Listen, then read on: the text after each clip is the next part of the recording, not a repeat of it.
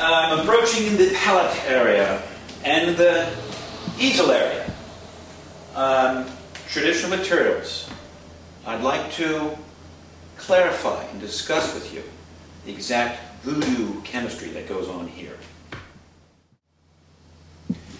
Well, as I said, this is the palette, and this is the trifecta of material that I use, any artist uses, for making an illusion of three-dimensional space. Okay, so this is two-dimensional material. I don't want to get too tech here. But, firstly, let's show you the paint. This is a nice custom paint. I've upgraded my materials.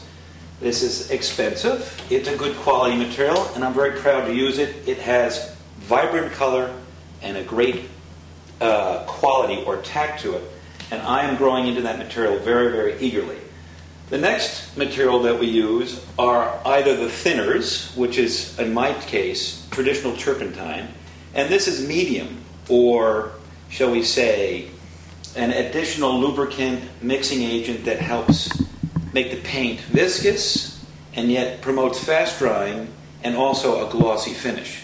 I happen to use, and this is now a plug for Gambling products, and the material that I prefer is their Galkyd, spelled G-A-L-K-Y-D, and I prefer it outdoors as well as indoors, and please note that I actually thin it about 1/3 gum turpentine with 2/3 of material. Although viscous, it dries very quickly. And that gets me to the palette. You can see my long runway here, but narrow. Because I'm using this material, it dries in approximately 20 or 30 minutes. So if you're busy painting, it's starting to tooth up.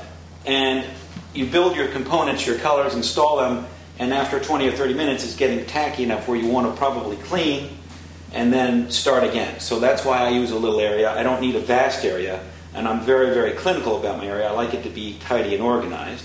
Here are some traditional palette knives. And then finally, we have brushes. Now, brushes are a funny thing. Depending on who you talk to, artists, they'll tell you, you need flat brushes to make good rocks. Okay. You need round brushes if you want to paint more ergonomic or organic shapes, perhaps. Well, I'm into the flats, but as in long before they are shaped into a filbert or round.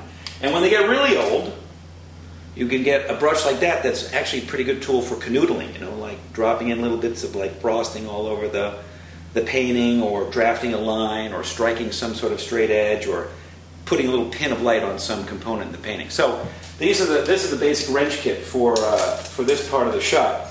And I have this mobile piece which